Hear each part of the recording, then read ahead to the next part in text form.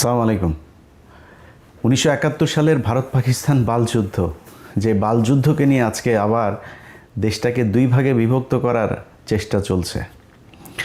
তো 71-এর বালযুদ্ধে আসলে কতজন মানুষ মারা গিয়েছিল, কতজন নারীকে ধর্ষণ করা হয়েছে, তারপরে কতজন মুক্তিযুদ্ধে অংশ নিয়েছিল, এটা নিয়ে তো একটা বের করা দরকার, তাই না? এই যুদ্ধ নিয়ে এত আবেগ, এত কিছু বাংলাদেশের মানুষের, তাহলে আপনারা এটা আমাদেরকে জানাবেন না যে আসলে মানুষ কতজন মারা গিয়েছে, কি হয়েছে, কি, এটা তো জানা দরকার।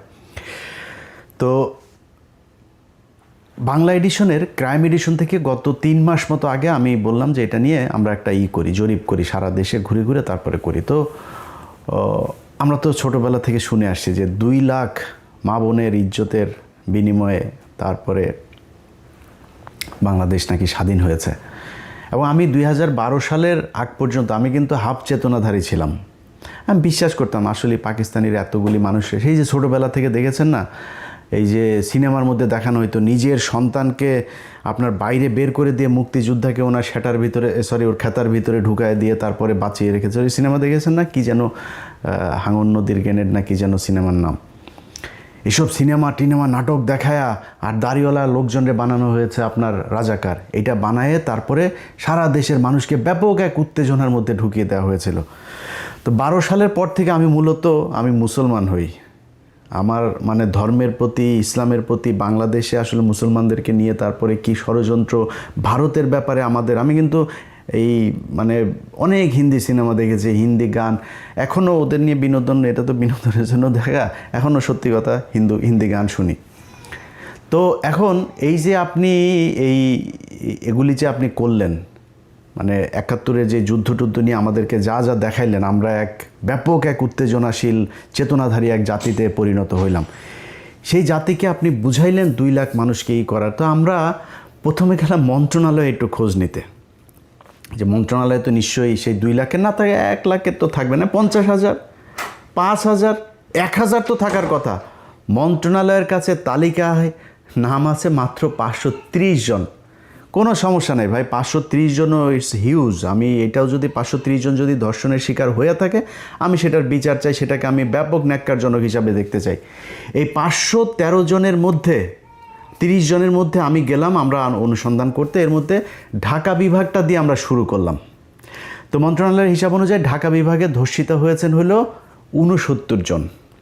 এই 69 জনের পেছনে খোঁজ নিতে গিয়া ভাই যা দেখলাম, আইরে ভাই, পাকিস্তানের মিলিটারিরা এত ধর্ষণ করে গেল। এই 69 জনের মধ্যে কারোর গ্রামই নাই। একটা মানুষের নাম দেওয়া হয়েছে এই ঢাকার কেরানীগঞ্জে, গ্রাম নাম দেওয়া হয়েছে, সেই গ্রাম বলে কোনো গ্রামই নাই, কেউ মানুষ নাই, সেই নামের কোনো মানুষই এলাকায় নাই। একজন আছে ফাতেমা বিবি। ফাতেমা বিবি একাই 300-400 মিলিটারিকে সে এক বিস্ফোরণ বানিয়েছেন। তিনি বিস্ফোরণ বানিয়ে বলে মরিচের গুঁড়া টুরা, হলুদের গুঁড়া, ঝাল মশলা দিয়ে মাখায় টাকায় তিনি এক বিস্ফোরণ বানিয়েছিলেন। সেই বিস্ফোরণ দিয়ে তারপরে পাকিস্তানের 400-500 মানুষকে মেরেছেন। 14-13 জনের আপনার এই গোপনাঙ্গ কেটেছেন পাকিস্তানি মিলিটারিদের। গোপনাঙ্গ কেটে ওর ওর এর মধ্যে আপনার উঠানের মধ্যে ওনাকে শুটকি বানাতে দিয়েছিল সেই গোপনাঙ্গ দিয়ে। এই হলো গিয়া, শুনেন একটু ক্রাইম এডিশনে সে প্রোগ্রামটার অল্প একটু কথা শুনেন, শুনলে বুঝবেন কি বলে।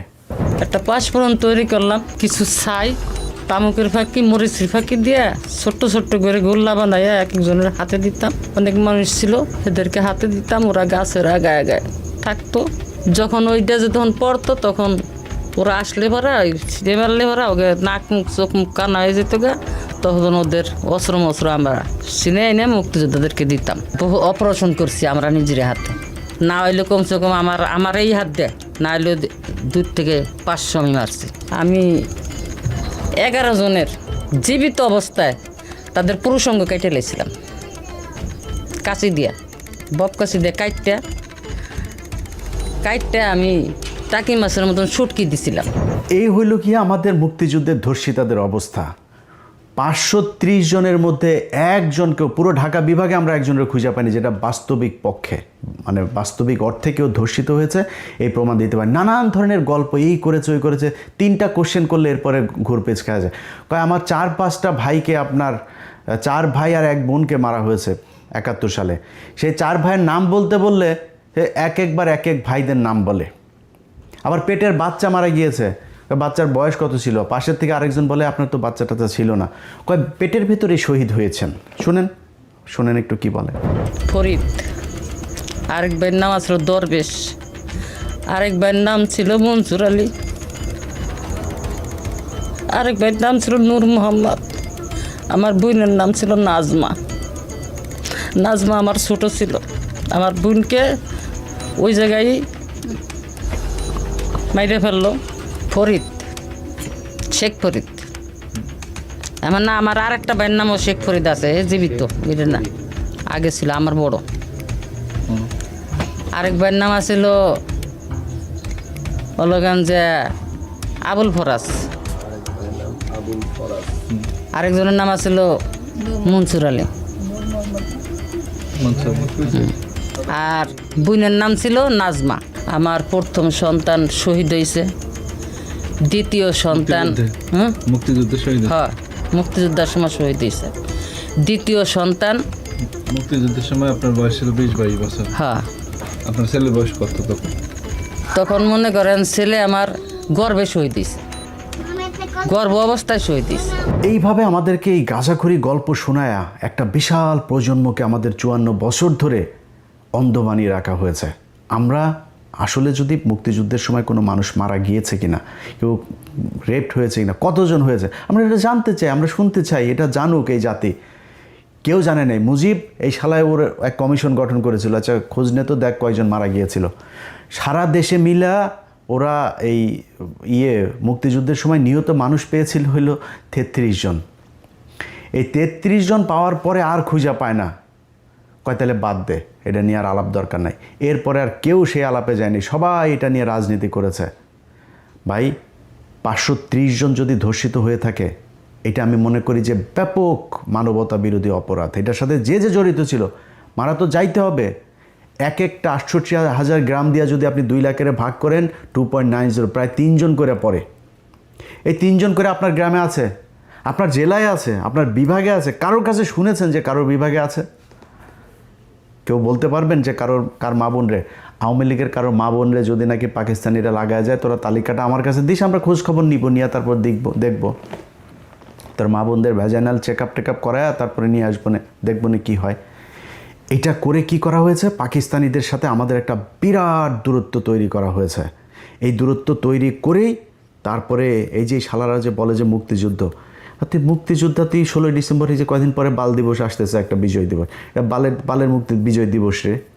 ভারতীয়রা পাকিস্তানিদের কাছ থেকে দেশ লেখা নিল, একটা সেক্টর কমান্ডার থাকতে পারেনি, একজন। এই যে ছবিটা, এই যে সাইন করার যে ছবিটা, একজন বাংলাদেশি আছে, সব ইন্ডিয়ানরা। তা আমার কিসের বিজয় দিবস? এরপরে ইন্ডিয়ান মিলিটারিরা এই এসে আমাদের দেশের সব কল কারখানা যা যা আছে সব কিছু নিয়ে গেল। আজকে আমরা বলি না যে আমাদেরকে ব্যাপকভাবে বঞ্চিত করা হয়েছে, উনি পশ্চিম পাকিস্তান পূর্ব পাকিস্তান থেকে সব নিয়ে যেত, পূর্ব পাকিস্তানে কিচ্ছু করা হয় নাই। ভাই ইতিহাস যা গিয়েছে সব বাদ দেন, কয়জন ধর্ষণ হয়েছে বাদ দেন, মুক্তিযোদ্ধা কয়জন ছিল আর নিহত কয়জন হয়েছে সব বাদ দেন, ওগুলি পাস্ট। আপনি বর্তমান নিয়ে করতে চান, আপনি দেখবেন যে পাকিস্তানের এই যখন কিনা আমাদের 1971 আগ পর্যন্ত যখন একসাথে ছিলাম, তখন পর্যন্ত আমাদের দেশে কি মিল কল কারখানা কি হয়েছে, হসপিটাল, স্কুল, কলেজ যা যা হয়েছে, এটা তো এখন আছে, তাই না? আমরা গুগলে সার্চ দিলে পাবো না? আচ্ছা ভাই, আপনি কি জানেন যে এই যে বুয়েট কারা করেছে জানেন? এই যে বঙ্গবন্ধু শেখ মুজিব মেডিকেল কলেজ 1965 সালে এটা করা, সেইখান থেকে এসে তারপরে আপনার এটার নাম দিয়েছে 1998 সালে এটা নাম পরিবর্তন করে তারপরে আওয়ামী লীগ এটা করেছে। BUET, KUET, RUET, CUET, Chittagong medical, sir Salimullah medical, Rangpur medical, Mymensingh medical, যত রাজশাহী মেডিকেল, রাজশাহী ইউনিভার্সিটি। আরে ভাই, যুদ্ধের ঠিক 1 বছর আগে 1970 সালে জাহাঙ্গীরনগরটা দিয়ে গিয়েছে। মিল কলকারখানার নাম শুনবেন, Adamjee jute mill, Dhaka jute mills limited, Amin jute mills limited, Khulna jute mills, Karnaphuli rayon mill, Pragati industries, Kaptai জলবিদ্যুৎ, Chandraghona paper mill, Ispahani cotton mills, Khulna newsprint, Chittagong dry dock, eastern refinery limited, যা যা আছে এগুলো সব পাকিস্তান করে দিয়ে গিয়েছে। আপনি জানেন এই যে কমলাপুরটা আছে না, আমাদের বিশাল সুন্দর এক কমলাপুর রেল স্টেশন পাকিস্তান করে দিয়েছে। যে জাতীয় সংসদ ভবনটা আছে না, এই সংসদ ভবনটা এই পাকিস্তান তারপরে করে দিয়ে গিয়েছে এই দেশে। আপনি আমারে বলেন 1971 সালের পর থেকে ঢাকা মেডিকেল 1921 সালে প্রতিষ্ঠিত, কিন্তু এটার বেশিরভাগ যে বিভাগগুলো আছে, ঢাকা মেডিকেলটা ব্রিটিশ আমলে করে দেয়া, এটার যত মানে এই এক্সটেনশন সব পাকিস্তান আমলে করা হয়েছে। এখন এই যে ঢাকা মেডিকেলে আপনি যুদ্ধ হয়েছে না 1971 সালের আগে, এটার বলা হতো প্রাচ্যের অক্সফোর্ড। সেই প্রাচ্যের অক্সফোর্ড 1971 সালের পর থেকে এটার এক্সটেনশন কি হয়েছে জানেন? 1974 সালে চারুকলা একাডেমি অনুষদ। চারুকলা এক অনুষদ ছাড়া এই ঢাকা মেডিকেলে, ঢাকা বিশ্ববিদ্যালয়ের যা যা আছে সব কিছু অধঃপতন হয়েছে। একটা মিল কলকারখানা বলেন তো, কোন মিল কলকারখানা আমাদের এই দেশে হয়েছে 1971 সালের পরে? গার্মেন্টস হয়েছে। আমাদের দেশের নারীদেরকে সব ন্যাংটা করে তারপরে রাস্তায় নামাইছেন, সারাদিন না খায় থাকে, না খেয়ে থেকে তারপরে সেখানে প্রতি মাসে 5,000, 7,000, 10,000, 15,000 বেতন পায়। মাস শেষে পুষ্টিতে ভোগে, বিয়ে হয় না, বাচ্চা হয় না, টিনের চালার ভিতরে এক এক ঘরের ভিতরে গাদাগাদি করে 8জন 10জন থাকে। সকালে ভোরে থালাবাটি নিয়ে তারপরে যায়, রাত 8টা 9টার সময় আসে। যেগুলি একটু সুন্দরী তাদেরকে গার্মেন্টস মালিক ওই সুপারভাইজার টাইজারেরা করে কোনটা খায়। এই হচ্ছে আমাদের দেশের উন্নতি। আরেকটা উন্নতি কি হয়েছে, আমরা বিদেশে লোক পাঠাই, যেটা দিয়ে এখন দেশটা টিকে আছে। এর বাইরে পাকিস্তান যাওয়ার পরে এই বাংলাদেশের মিনিমাম কোনো ধরনের কোনো উন্নয়ন হয় নাই। আজকে এই যে আমাদের স্মার্টা যেসব নারীরা আছে না, যারা পাকিস্তানের বলে পাকিস্তান, ওরা কি ইউটিউবে সার্চ দিয়ে দেখেন পাকিস্তানের, আর ওরা পাকিস্তানের নারীরা সারাদিন ওরা মনে হয় যেন যদি পাকিস্তান নিয়ে কিছু বলে মানে ওইখানে কয়েকটা বোম টোম পরে আছে, মসজিদের ভেতরে মুসল্লিরা নামাজ পড়ে, মেয়েরা সব একদম বুরকা টুরকা পরে হয়ে থাকে। পাকিস্তানে গিয়ে দেখেছেন কোনো দিন? ইউটিউবে দেখেন। জীবনের ইচ্ছা আছে পাকিস্তানে যাব, ইনশাল্লাহ সৌদিতে যাবো আর পাকিস্তানে, 2 জায়গায় যাওয়ার খুব ইচ্ছা আছে, স্বপ্ন আছে, যাব। সেখানে ইউটিউবের মধ্যে ঘুরলে তারপরে দেখা যায়। আর ভাই ইসলামাবাদের হাইওয়েগুলি দেখছিস ইউটিউবে, ওটা কি আমেরিকা না পাকিস্তান এটা বোঝা যায় না। পাকিস্তান এমন কোনো জিনিস আছে যেটা কিনা তারা বিদেশ থেকে রপ্তানি করা লাগে, সব নিজেরা তৈরি করে। এই 2 দিন আগে ব্যালিস্টিক মিসাইল তারা করেছে, উৎক্ষেপণ করেছে। কি করে নাই তারা? মোটর সাইকেল, গাড়ি থেকে শুরু করে সব উৎপাদন করে। চিকিৎসা, তাদের চিকিৎসা খাতের অবস্থা জানেন? তাদের সাথে এখন আমাদের ব্যারিকেড তৈরি করে রাখা হয়েছে। এই ডিসেম্বরে আপনার কতদিন ধরে শুনছি বাংলাদেশ ঢাকা থেকে ইসলামাবাদে সরাসরি ফ্লাইট হবে, চালু হয় না। কারণ ওইখানে গেলে পাকিস্তানের যে ট্রিটমেন্ট ব্যবস্থা, এটা ইন্ডিয়ার সাথে আমাদের তখন একটা এই মানে এখান থেকে রোগী কিছু ভাগাভাগি হয়ে যাবে পাকিস্তানে, এটা কোনো দিনও চায় না। যেই কারণে এই ইন্ডিয়ার যারা কিনা এই বাংলাদেশের যে দালালরা আছে, তারা চায় না পাকিস্তানের সাথে সরাসরি কোনো সংযোগ হোক। পাকিস্তানি কাপড় চোপড়, পাকিস্তানি পোশাক, পাকিস্তানি, আরে ভাই তোরা যে মানে এই মডেল হবি, আমরা মডেল পেয়েছি পুরিমণি, আমরা মডেল পেয়েছি নীরা ইসরাফিল, এই হলো মডেল। পাকিস্তানের মডেল দেখছি ভাই, মডেলও যদি সুন্দরীও দেখতে চাই, এই যে আমাদেরকে যে মানে বঞ্চিত করা হয়েছে, বঞ্চিত আগে করা হয়নি, এখন করা হয়েছে। বাংলাদেশের ফকিন্নির বাচ্চারা তোদের মতো মডেল দেখে তো আমাদের এই ফেসবুকে আমাদের সময় নষ্ট করতে না। আমরা মডেল দেখতে পারতাম পাকিস্তানি মডেল, ওইটা হয়তো আমাদের মডেল। দেখছিস ওদের কোন দিক থেকে যাবি পাকিস্তানের সাথে বল তো? এখন আমাদের সব দিক থেকে বঞ্চিত করে ওরা পাকিস্তানের সাথে এই গ্যাঞ্জাম বাধাই দিয়ে এগুলো করেছে। ভাই পাকিস্তানের সাথে আমরা আলাদা হয়েছি, সারা পৃথিবী যদি চেষ্টা করে পাকিস্তানের সাথে বাংলাদেশ কোনো দিন আলাদা হবে না, মানে এই এক হবে না। কিন্তু আমাদের যেই সুযোগ সুবিধা যা দরকার আমি পাকিস্তানের কাছ থেকে নিব। পাকিস্তানের সাথে আমার সম্পর্ক যদি ভালো থাকে, তাদের যেই নিউক্লিয়ার আছে সেটা তারা নিজেরাই বলে, বাংলাদেশ ভাই তেরে আমার যদি লাগে তাহলে তোরা দিয়ে দিব, কোনো সমস্যা নাই। আমি কেন তার সাথে গ্যাঞ্জাম লাগবো? আমার যতটুকু দরকার আমি ততটুকু সম্পর্ক তার সাথে ভালো রাখবো। এখন এগুলো করতে দেওয়া যাবে না। এই যে এখন মাঝে মধ্যে দেখেন না 32 নম্বরকে বাঁচানোর জন্য তারপরে কিছু যোদ্ধা রাস্তায় নেমেছে। 32 নম্বরে কী বাল রে? এই 32 নম্বর হলো এই শেখ মুজিব 45,000 মানুষকে মেরেছে। এই 32 নম্বর তো সেই জায়গা। এই 32 নম্বরে বসে বসে 15,000 জাসদের নেতাকর্মীকে হত্যা করা হয়েছে। এখানে বসে এই সিরাজ শিকদারকে ক্রস ফায়ারের নির্দেশ দেওয়া হয়েছে। এখানে বসে 74 সালে 27 লক্ষ মানুষকে হত্যা করা হয়েছে এই না খাইয়ে রেখে। এটা তো সেই জায়গা। এখানে থেকে সবশেষ আওয়ামী লীগ গণতান্ত্রিক দল টল যা আছে সব বাদ দিয়ে বাকশাল প্রতিষ্ঠা করে গিয়েছে এই শেখ মুজিব এই ঘরে বসা। এটা কিসের তরিয়ে? আর এরা সব নাচানাচিতে আছে। আরে বাবা 32 নম্বর এখনও বলছি না বাঁচাইতে, 32 নম্বরে আসে কিছু তোর? 32 নম্বরে যা কিছু আছে ওই জায়গায়। আর এই দিন যেটা হয়েছে এটা তো আমরা ভেলকি দেখিয়েছি। এইটা নিয়ে সবাই ব্যস্ত রাখবো, দিক থেকে রায় হয়ে যাবে। তোরা সারা দেশে কিসের ভেলকি দেখাবি? ভেলকি 32 নম্বরে কেন্দ্র করে তারপরে হয়েছে। সো এত উত্তেজনার কিছু নাই। এই বাল যুদ্ধ নিয়ে আমাদেরকে আর আলাদা করা যাবে না, এই দেশের মানুষকে বিভ্রান্ত করা যাবে না। যারা যাবে এইটারে কেন্দ্র করে, এই যে বাউলের দেখেন না, বাউলের পক্ষে এই যে বিএনপির মহাসচিব এই কুলাঙ্গারের বাচ্চা এই বলে যে বাউলের টাউল এগুলোর পেতে, কুলাঙ্গারের বাচ্চা তুই কেটা জানি না আমরা, তুই সারা জীবন তোর মেয়ে একটা আছে, ঘর জামাই আরেকটা আছে, দুইটা অস্ট্রেলিয়াতে রেখে তোর টাকা পয়সা সব পাচার করছিস, ওই আওয়ামী লীগের সময় পর্যন্ত তুই টাকা পাচার করছিস অস্ট্রেলিয়াতে তোর মেয়ের কাছে, তোর মেয়ে এখন দেশে এসে রাজনীতি করে। এতদিন কই ছিলি? বাংলাদেশের মানুষ জীবন দেয়, তুই অস্ট্রেলিয়াতে বসে, তারপর তোর অবদানটা কি আমারে বল? হাসিনার বিরুদ্ধে অবদানটা কি তোর? ও মেয়েরে দেখছে নাকি ওর ভাইরে দেখছে? ওবায়দুল কাদের আর ওই যে মির্জা ফখরুল আর ভাই আরেকটা আছে ফয়সাল, এই দুইটার চাঁদাবাজিতে ওই এলাকার মানুষ এখন ঘরে থাকা দায়। ও কয়েকদিন 2 দিন আগে লিখছে যে ওর নাকি বাড়িঘর কমেছে রাজনীতি করতে গিয়ে। তোর বাড়িঘর কমে? তোর বাড়িঘর তো সব অস্ট্রেলিয়ার থেকে শালা। ওরা এসে এখন এই মুক্তিযুদ্ধ নিয়ে বাউল দেখবেন, এই এদের সবার এগুলি সব এক জায়গায় হয়ে যাবে দেখবেন। বাউলের ক্ষেত্রে ওরা এক জায়গায় হবে। আরে ওরা আমার আল্লাহরে নিয়ে যেই কথা বলেছে, তুই কিসের বালের বাউল? তুই কোন জায়গার বাউল আসছিস তুই এখানে করতে? ওরা এই মুক্তিযুদ্ধকে নিয়ে ইসলামকে আলাদা করেছে, দাড়ি টুপিওয়ালা লোকজনকে বানিয়েছে রাজাকার, এরা হচ্ছে গিয়া দেশ বিরোধী। এটা বানিয়ে সেই ভারতের যেই ন্যারেটিভ সেটা এখানে প্রতিষ্ঠিত। এই ন্যারেটিভ দিয়ে এই দেশের রাজনীতি করা যাবে না, আমরা করতে দিব না। যতই চেষ্টা করেন চালায় যান, দেখেন কাদের পক্ষে লোক যায়। ঢাকা বিশ্ববিদ্যালয় দেখেছেন না, রাজাকারকে বাঁচিয়ে করে ওপেনে বলেছি পাকিস্তানের ক্যান্ডিডেট রাজাকার, ও জিতেছে। তো ওই সামনের নির্বাচনেও বেশি খেলা করতে আসবে না কোনো দল, আশা করি। এই মুক্তিযুদ্ধ নিয়ে আশা করি কেউ খেলা করবে না, আওয়ামী লীগ নাই যেহেতু, আর কেউ করবেও না আশা করি।